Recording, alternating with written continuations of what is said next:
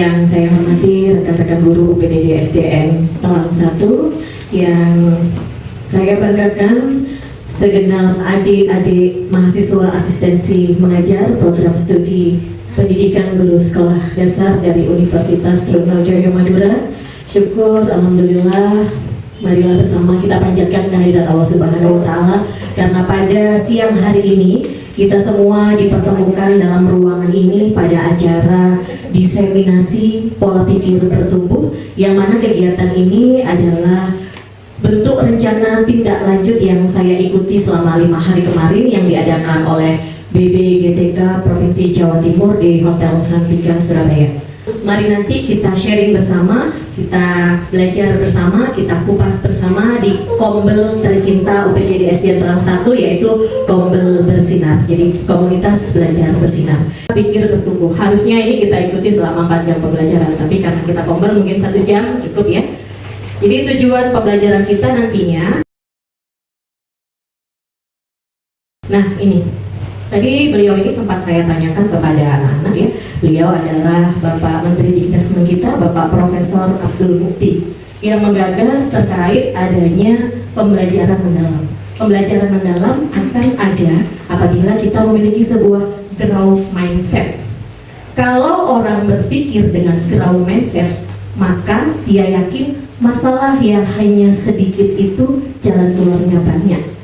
Karena itu jangan menyerah, jangan putus asa, yakinlah bahwa semua akan ada jalan keluarnya. Itu mungkin sampai di sini bisa membuka pikiran kita. Oh, growth mindset itu apa? Seperti apa? Mari kita lanjutkan.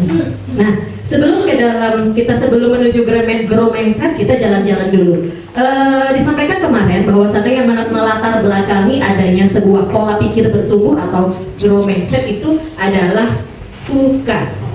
Terdiri dari 4 huruf. Barangkali Bapak Ibu atau adik-adik ada yang pernah mendengar VUCA itu apa?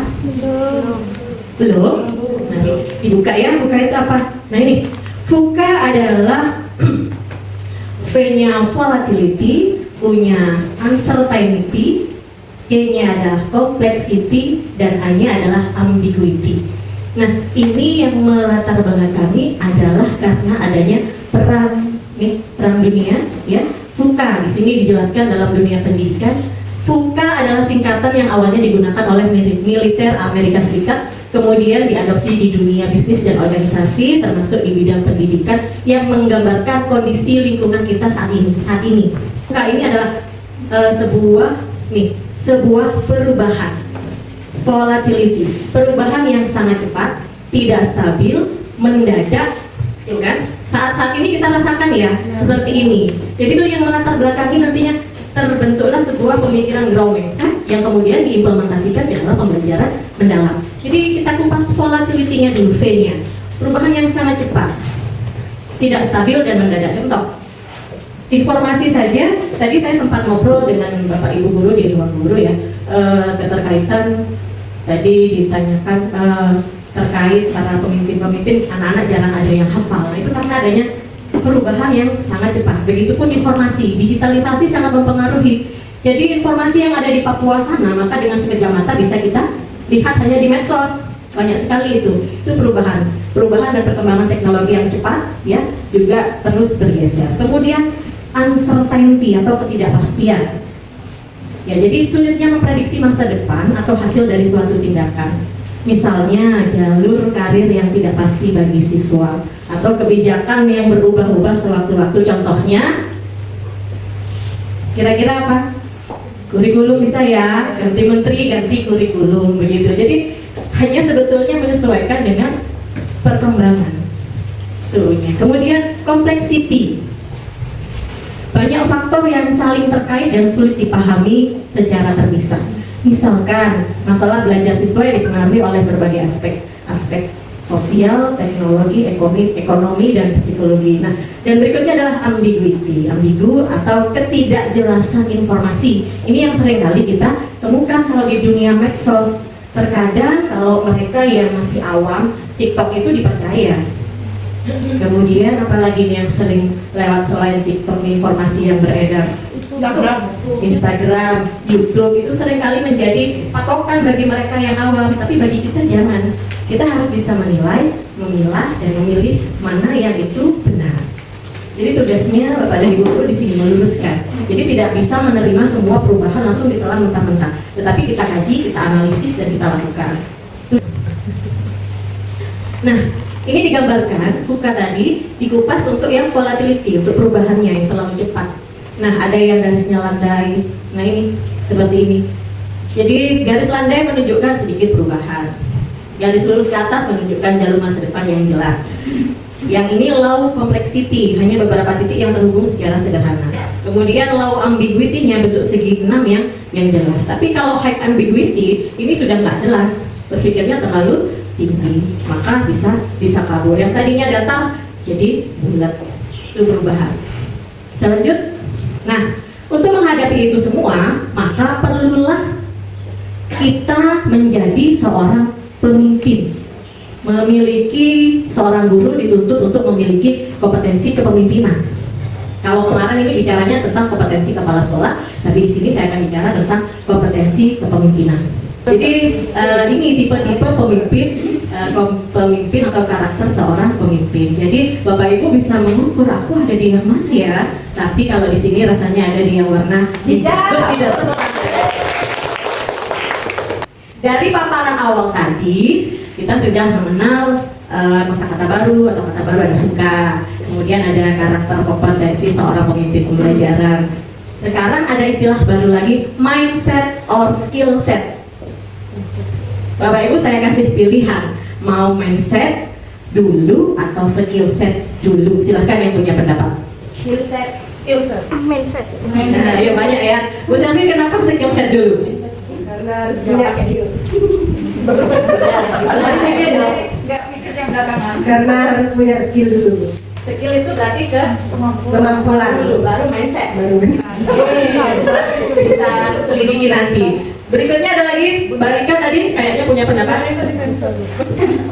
Karena mungkin saya belum banyak pengalaman, jadi untuk hal-hal yang sifatnya ke aksi itu bagi saya pemikiran itu lebih penting karena kita harus merencanakan terlebih dahulu sebelum kita beraksi. Oke, nah, yang benar yang mana? Tidak ada yang benar, tidak ada yang salah. Ya. Tidak ada yang salah, tetapi hanya perlu diluruskan begitu. Mindset atau skill set. Oke, kita klik. Nah, dengan melihat ini, kira-kira jawabannya apa dulu? Mindset dulu, ya. Jadi mindset itu adalah pola pikir. Kalau Bu Selvi ini memang kreatif orangnya, saya ngerti paham. Jadi saya harus punya skill, Bu, kerjakan dulu, nanti pikirnya belakangan. Tetapi dari mengerjakan itu kan harus pikir dulu gitu ya. Jadi dengan melihat ini, maka mindset dulu, baru skill set. Ya. Pola pikir merupakan cara melihat dan cara berpikir saat menghadapi masalah.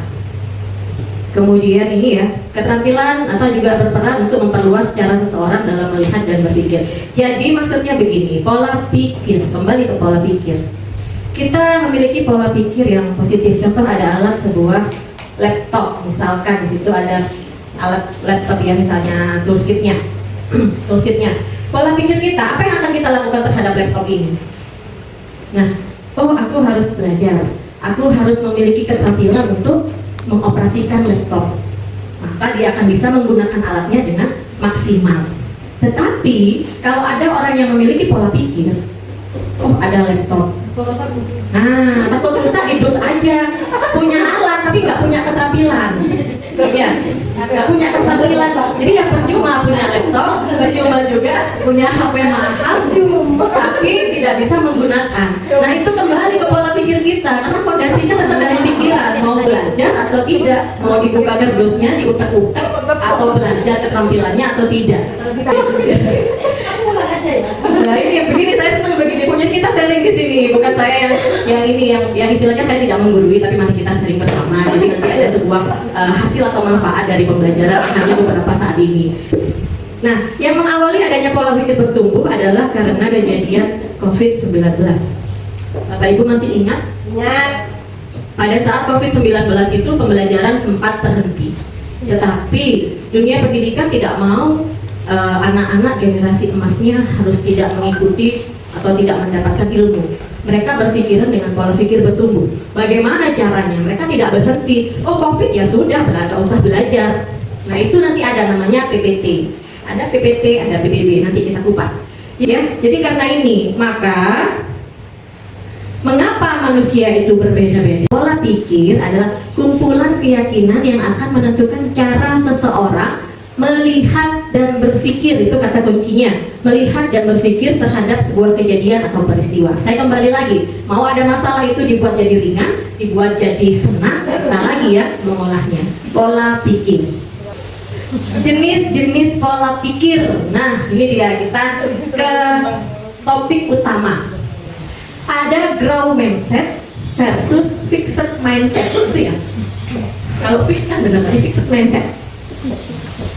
Kalau growth mindset sama dengan pola pikir bertumbuh. Artinya, growth mindset adalah keyakinan bahwa kecerdasan dan keterampilan bisa dikembangkan lewat belajar dan usaha. Tetapi kalau pola pikir fixed mindset, ini namanya PPT, pola pikir tetap. Jadi PPT ini adalah keyakinan bahwa kecerdasan dan keterampilan itu bersifat tetap dan tidak bisa dirubah. Itu pola pikir tetap. Nah, ini contoh dalam kelas. Ya, sebuah pola pikir itu, kata kuncinya itu tadi saya sudah katakan bahwa fondasinya itu atau bisa kita lihat dari keyakinan, kemudian cara melihat kejadian, kemudian responnya, cara berpikirnya. Nah, ini ada anak nama Fauzi. Dia memiliki PPT, pola pikir tetap atau fixed mindset. Pada saat mengikuti ujian, dia berpikiran, keyakinan dirinya, saya ini memang bodoh, tidak berbakat dalam pelajaran ini. Ya sudah, kalau saya tidak lulus ya memang sudah takdir saya tidak lulus. Itu katanya si Fauzi, karena dia berpikiran dengan pola pikir PPT. Itu keyakinan dia. Kemudian dia melihatnya, kegagalan ini bahwa itu adalah bukti bahwa dia tidak cukup pintar. Cara berpikirnya, dia menyerah, merasa malu dan memutuskan untuk tidak mengambil ujian serupa lagi di masa depan. Ini bagi seorang Fauzi yang memiliki pola pikir tetap atau fixed mindset. Bagaimana dengan seorang yang bernama Rashid? Dengan melihat gambar, Bapak Ibu sudah bisa tahu Rashid ini pola pikirnya growth mindset atau pola pikir bertumbuh atau berkembang. Nah, ini dari kalimat aja sudah beda. Saya belum menguasai materi ini. Otak saya bisa berkembang jika saya berusaha lebih keras. Jadi memutus dirinya sendiri. Aku masih bisa. Tidak, aku harus stagnan di sini. Tidak, aku harus melangkah. Kemudian kegagalan adalah umpan balik tentang dia, di mana dia perlu meningkatkan usahanya. Kemudian dari cara dia berpikir, dia akan menganalisis kesalahan dan mencari cara bagaimana ujian selanjutnya bisa berhasil sesuai dengan keinginannya. Kejadiannya sama, tetapi pola pikir yang berbeda menghasilkan interpretasi dan tindakan yang sangat berbeda. Nah, ini yang harus nanti tugas Bapak dan Ibu. Bagaimana cara merubah pola pikir mindset siswa-siswanya. Tetapi harus gurunya dulu yang pola pikirnya dirubah. Ini pola pikir tetap, pola pikir bertumbuh. Belajar mengenali suara PPT, pola pikir tetap. Pola pikir tetap itu selalu mempunyai suara dari dalam dirinya, selalu khawatir, selalu was-was, selalu takut, selalu merasa menyerah dan tidak bisa. Ya, sadari kalau manusia itu punya pilihan, maka kita akan berjalan dengan pola pikir bertumbuh. Jadi suara yang menimbulkan optimisme dalam menghadapi segala masalah. Nah, ini suara pola pikir tetap dan suara pola pikir bertumbuh. Ya, nah ini ada fixed mindset atau growth mindset. Dari gambar ini sudah jelas Bapak dan Ibu bahwasanya fixed mindset ini tidak ada peluang, tidak ada jalan apapun, sudah ada dalam lingkaran itu. Tetapi dalam growth mindset banyak peluang-peluang, banyak sela-sela, banyak alternatif yang bisa kita lewati untuk mencapai sebuah tujuan. Tapi dalam lingkaran ini mau lewat mana? Nggak bisa. Nah, ini pola pikir itu pembelajaran berbasis otak. Jadi sebelum ke pembelajaran mendalam kita memang harus menanamkan pola pikir bertumbuh dulu. Jadi pola pikir bertumbuh memiliki fondasi ilmiah yang sangat kuat, yaitu neuroscience. Murid mengalami kesulitan dalam belajar tapi terus bertahan dan mencoba lagi, ternyata akan memicu aktivitas otak sehingga membuat proses belajar berjalan dengan lebih baik dan efektif. Saya boleh bertanya Bapak dan Ibu, kira-kira apakah ada salah satu contoh dalam menghadapi murid Misalkan muridnya tidak bisa membaca, apa yang akan Bapak Ibu katakan pada murid tersebut? Bu Ria, kalau ini kelas 1. Bukan nggak bisa, kamu belum bisa, tapi terus belajar biar nanti kamu bisa. Gitu. Ya, tepuk tangan untuk Bu Ria. Kemudian kalau misalkan di kelas itu ada murid yang suka membuat onar, suka membuat kelas itu menjadi kalang kabut, itu apa yang akan dikatakan? Mungkin tulisan. Untuk menghadapi siswa, sebenarnya siswa itu tidak nakal, tidak, hanya anak itu over karena kelebihan pola pikir dan energinya. Dia ingin memberikan yang tidak bisa dianu temannya, dia harus menunjukkan. Nah, sebenarnya enggak dibilang nakal sih enggak ya, namanya juga anak-anak. Nah, jadi saya hanya sebenarnya kamu itu pinter, kamu bisa memberikan lebih dari teman-temannya, kamu bisa ini, temannya belum bisa. Sebenarnya kalau kamu asah lagi dan kamu mencoba untuk menekan sedikit egomu, kamu tidak akan ada di posisi yang berlebihan seperti ini. Jadi kalau kamu sedikit menekan ego, banyak-banyak istighfar juga, kamu akan hati dan otakmu akan terkendali. Begitu aja. Terima kasih Bu Lisa, tepuk tangan, bagus sekali ya. Masalah tadi kira-kira siapa yang bisa bantu dengan masalah Bu Lisa tadi dengan anak yang suka membuat ramai di kelas. Kalau kita memiliki pola pikir yang tetap, kira-kira Bapak Ibu akan responnya seperti apa? Iya, coba kau yang lagi. Itu selalu ramai, murid membuat gaduh, anak itu apa yang akan Pak Rifai lakukan dengan pola pikir tetap, bukan bertumbuhnya. Kalau yang tetapnya sampai akan katakan seperti gimana? Kalau menggunakan pola pikir tetap, biasanya guru itu biarkan habis sendiri. Kalau biasanya ya sudah terserah. Maksudnya dibiarkan saja, tidak karena sudah diingatkan, misal sudah diingatkan 1 kali 2 kali masih tetap, ya sudah dibiarkan. Itu kalau biasanya guru dengan pola pikir tetap. Kalau bertumbuhnya, coba kalau bertumbuh, artinya siswa rame itu kadang kalau kita belajar ada namanya apa ya? Kayak belajar siswa, artinya kalau anak itu ramai suka bergerak, biasanya dia punya kemampuan yang lebih di situ. Artinya sebagai seorang guru dia harus bisa melihat kemampuan anak tersebut. Nah, ketika anak ramai suka berjalan, suka gangguin temannya, itu biasanya anak-anak kinestetik seperti itu. Dia akan suka kalau pembelajaran dilakukan dengan aktivitas fisiknya. Nah, sehingga pola pikir guru yang berkembang maka harus memvariasikan pembelajarannya dengan memfasilitasi kelebihan yang dimiliki anak itu. Seperti itu. Iya, terima kasih teman-teman. Kita kasih mantap. Oke, kita kasih mantap dulu Pak Rifainya. Mantap. Tepuk tangan. Ya. Jadi dua pendapat tadi menimbulkan sebuah peluang banyak ya Pak Ibu ya. Pak Rifai menyebutkan peluang lainnya. Oh, berarti gaya belajar Bu. Jadi kita bisa melihat peluang. Karena ini begini, maka saya harus begini alternatif gurunya. Semoga yang saya sampaikan tadi membuat ini ya, pencerahan bagi Bapak dan Ibu semua. Tetapi sebelum ke terima kasih, saya ingin berefleksi dulu dengan Bapak dan Ibu. Nah, kita akan berefleksi.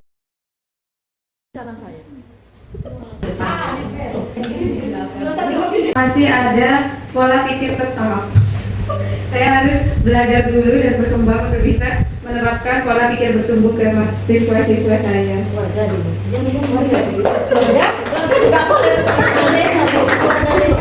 Misalnya siswa itu malas untuk belajar.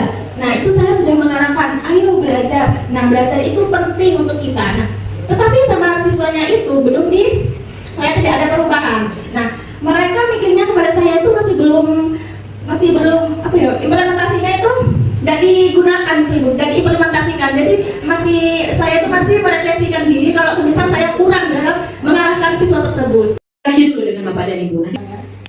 Saya rasa refleksi 2 sudah cukup bagus, tapi saya ingin dengar satu suara. Bu Dini, yang refleksi 2 seperti apa?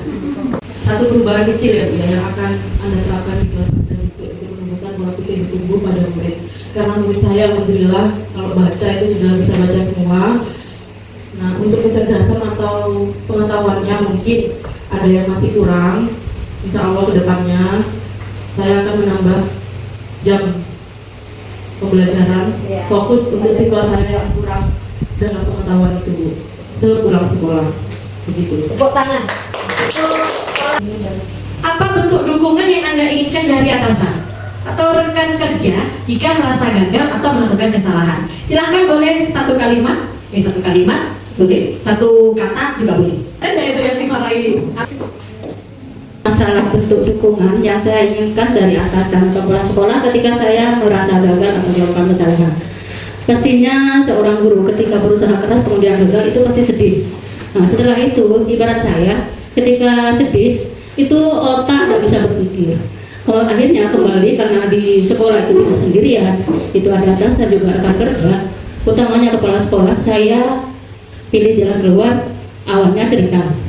Kemudian setelah itu saya inginkan motivasi atau dukungan dari kepala sekolah itu seperti apa, sehingga ketika saya merasa gagal itu bukan merupakan usaha akhir atau tidak bisa lanjut. Kemudian selain dukungan, saya juga menginginkan solusi yang terbaik. Bagaimana ketika saya merasa gagal, nantinya bisa berusaha lebih keras lagi sehingga mencapai kesuksesan. Ataupun melakukan kesalahan, apa yang harus saya lakukan ketika saya bersalah? Karena setiap dukungan dan solusi dari kepala sekolah itu merupakan kunci dari kita yang merasa gagal atau kesalahan nantinya bisa berubah menjadi lebih baik lagi. Terima kasih.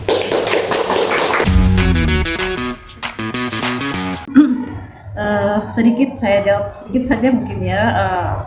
Diseminasi tentang pembelajaran pola pikir bertumbuh yang saya dapat kemarin dari yang disampaikan oleh Ibu Kepala Sekolah saya adalah bagaimana mengimplementasikan cara pemikiran growth mindset dan fixed mindset di kelas yang saya ambil. Pola pikir growth mindset atau yang disebut dengan PPB yaitu pola pikir bertumbuh itu hendaknya kita bisa membuat perubahan dengan menerima berbagai tantangan dari siswa-siswi yang memiliki perbedaan cara belajar dari kesalahan, yaitu dengan menganalisis kesalahan ya sebagai bagian dari proses pembelajaran. Ketiga berusaha keras dengan percaya bahwa kesuksesan datang dari usaha dan dedikasi. Keempat, dengan menerima umpan balik, yaitu menggunakan umpan balik sebagai sarana untuk memperbaiki diri saya untuk mengembangkan pola pikir bertumbuh ini. Dengan kegiatan diseminasi pola pikir bertumbuh kemarin yang disampaikan oleh Bu Dino, saya merasa beruntung dan juga kegiatan kemarin itu membuka wawasan saya tentang growth mindset, utamanya dalam dunia pendidikan ini, tentang bagaimana penerapannya dalam pembelajaran, dalam pendidikan, di sekolah, baik di kelas, dan juga melalui kegiatan kemarin saya semakin memahami bahwa perubahan besar itu dimulai dari pola pikir. Jadi kegiatan kemarin ini benar-benar memberikan pengalaman belajar yang sangat bermakna bagi saya. Terima kasih. Dari diseminasi yang telah disampaikan Ibu Kepala Sekolah kemarin tentang pola pikir bertumbuh, dari penyampaian beliau yang sangat jelas memberikan wawasan pada saya bahwa kunci dari perubahan dan kesuksesan sebenarnya itu terletak pada mindset kita sendiri. Kemudian dengan adanya ini memberi wawasan yang luas bagi saya bahwa pola pikir bertumbuh itu bisa kita terima tidak hanya sebagai tantangan, tetapi kita bisa berusaha lebih giat lagi untuk menuju hal yang lebih baik.